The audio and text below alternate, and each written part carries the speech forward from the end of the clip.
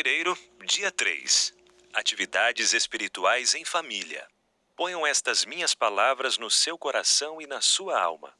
Amarre-nas como sinal na mão, para que sejam por frontal entre os olhos. Ensinem essas palavras aos seus filhos, falando delas quando estiverem sentados em casa, andando pelo caminho, quando se deitarem e quando se levantarem. Devem escrevê-las nos umbrais de sua casa e nas suas portas, para que se multipliquem os seus dias e os dias de seus filhos na terra que o Senhor, sob juramento, prometeu dar aos pais de vocês. E para que esses dias sejam tão numerosos como os dias do céu acima da terra. Deuteronômio 11, 18 a 21. Agora, pois, temam o Senhor e o sirvam com integridade e com fidelidade. Joguem fora os deuses que os pais de vocês serviram do outro lado do Eufrates e no Egito, e sirvam o Senhor. Mas se vocês não quiserem servir o Senhor, escolham hoje a quem vão servir. Se aos deuses, a quem os pais de vocês serviram do outro lado do Eufrates, ou os deuses dos amorreus, em cuja terra vocês estão morando. Eu e minha casa serviremos o Senhor. Então Elias disse a todo o povo: aproximem-se de mim. E todo o povo se aproximou dele. Elias restaurou o altar do Senhor, que estava em ruínas. 1 Reis, capítulo 18, verso 30. Assim a arca do Senhor ficou na casa de Obed-edom, o geteu, durante 3 meses. E o Senhor o abençoou e a toda a sua casa. Avisaram o rei Davi dizendo: o Senhor abençoou a casa de Obed-edom e tudo o que ele tem por causa da arca de Deus.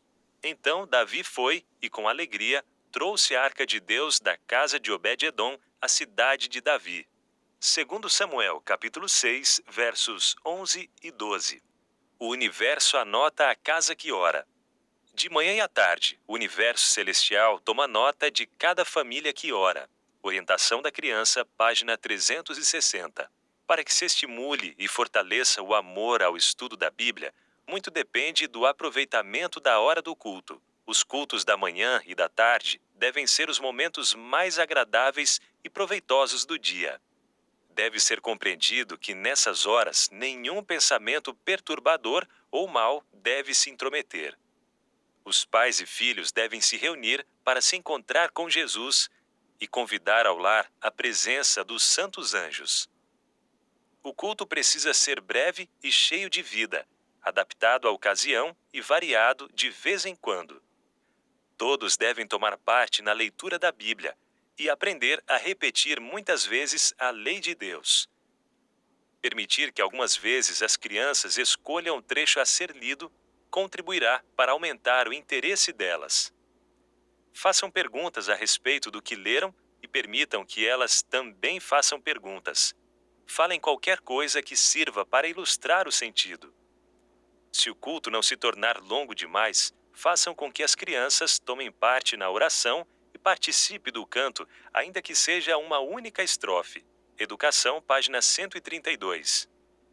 Prioridade na comunhão em família. Você deve tomar tempo para falar e orar com seus pequenos e não deve permitir que nada interrompa esse momento de comunhão com Deus e com seus filhos. Você poderá até dizer às visitas: Deus me deu uma obra para fazer, e não tenho tempo para ficar jogando conversa fora. Você precisa perceber que tem uma obra a fazer para este tempo e a eternidade. Sua primeira obrigação é para com os filhos. O Lar Adventista, página 218. Em todo lar cristão, Deus deve ser honrado pelo sacrifício de oração e louvor, de manhã e à noite. Cada manhã e cada noite, devem acender a Deus fervorosas orações, pedindo sua bênção e orientação. O Senhor do céu passará por alto tais lares, sem deixar ali alguma bênção? Não, em absoluto. Anjos ouvem manifestações de louvor e a oração de fé. Eles levam as petições àquele que ministra no santuário em prol de seu povo e apresenta seus méritos em favor dele. A oração genuína se apega à onipotência e concede vitória aos seres humanos. Ajoelhado, o cristão obtém forças para resistir à tentação. e recebereis poder, página 140. Religião no lar. É devido à falta de cristianismo no lar que há falta de poder na igreja. A menos que os pais assumam seu trabalho como devem, será difícil levar a juventude a sentir seu dever. Se a religião reinar no lar, será levada para a igreja. Os pais que fazem sua obra para Deus são um poder para o bem. Orientação da criança, página 382. Cada família é uma igreja sobre a qual presidem os pais. Deve ser a primeira consideração deles trabalhar para a salvação de seus filhos. Quando o pai e a mãe, como sacerdotes e professores da família, assumem sua inteira posição ao lado de Cristo, uma boa influência será exercida no lar. E essa influência santificada será sentida na igreja e reconhecida por todo o crente. Devido à grande falta de devoção e santificação no lar, a obra de Deus é grandemente impedida. Nenhuma pessoa pode levar para a igreja uma influência que não exerce na vida doméstica e em suas relações comerciais. Orientação da criança, páginas 381 e 382. A família e a igreja. Os pais e mães devem tornar uma regra que seus filhos assistam ao culto no sábado. E deve pôr em vigor essa regra pelo próprio exemplo. Todos os que fizerem o voto batismal têm se consagrado solenemente ao serviço de Deus. Estão sob a orientação da aliança e de colocar a si mesmos e aos seus filhos, onde possam obter todos os incentivos e encorajamentos possíveis na vida cristã. Orientação da criança, páginas 368 e 369. No lar é posto o fundamento da prosperidade da igreja. As influências que governam a vida no lar são levadas para a vida da igreja. Portanto, os deveres religiosos devem começar no lar. O Lar Adventista, página 259.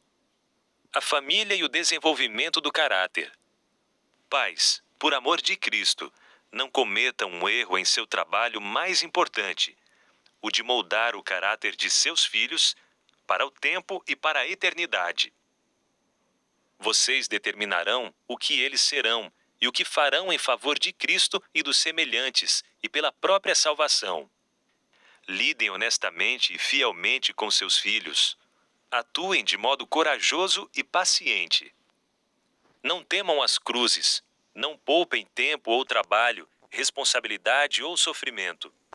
O futuro de seus filhos testificará do caráter da obra de vocês. A fidelidade de vocês para com Cristo pode ser mais bem percebida por meio do caráter bem equilibrado de seus filhos do que de qualquer outro modo. Testemunhos para a Igreja, volume 5, página 39 e 40. Nosso comportamento no lar é registrado nos livros do céu. Aquele que espera tornar-se um santo no céu deve primeiro se tornar santo em sua própria família. Se os pais e as mães são fiéis cristãos em família, serão membros atuantes da igreja e capazes de conduzir as atividades ali, bem como na sociedade, da mesma forma como conduzem o que diz respeito à família. Pais, não permitam que sua religião seja simplesmente uma teoria, mas sim uma realidade. O Lar Adventista, página 258. De fato, as crianças são as pessoas mais susceptíveis aos ensinos do Evangelho. Seu coração acha-se aberto às influências divinas e forte para reter as lições recebidas. Os pequeninos podem ser cristãos tendo uma experiência em harmonia com seus anos. Precisam ser educados nas coisas espirituais e os pais devem proporcionar-lhes todas as vantagens para que formem um caráter segundo a semelhança do caráter de Cristo. O Desejado de Todas as Nações, página 515. A família e a guarda do sábado. Ao começar o sábado, devemos vigiar nós mesmos, nossos atos e palavras, para que não roubemos a Deus, aproveitando para nosso próprio uso aquele tempo que pertence estritamente ao Senhor. Não devemos fazer nem permitir que nossos filhos façam qualquer espécie de trabalho pessoal que constitua nosso meio de vida, ou qualquer coisa que poderia ter sido feita durante os 6 dias de trabalho. A sexta-feira é o dia de preparação.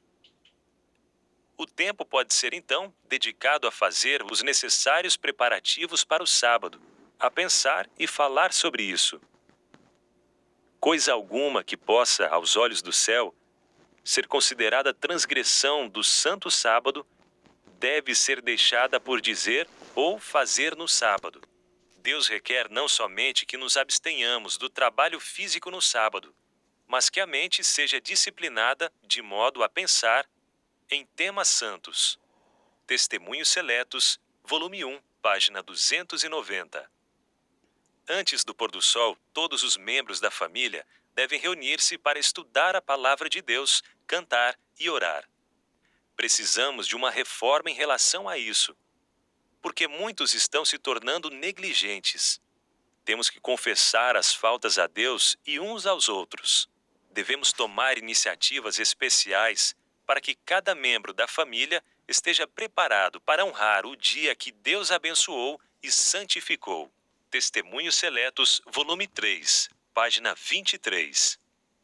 Motivo de oração 1. Para que sua família se mantenha fiel e realize culto familiar diariamente. 2. Por seus 5 familiares. Atividade missionária. Convide os 5 familiares por quem você tem orado para participar de um culto familiar em sua casa ou pela internet. Acesse mais conteúdos em adv.st/10 dias oração.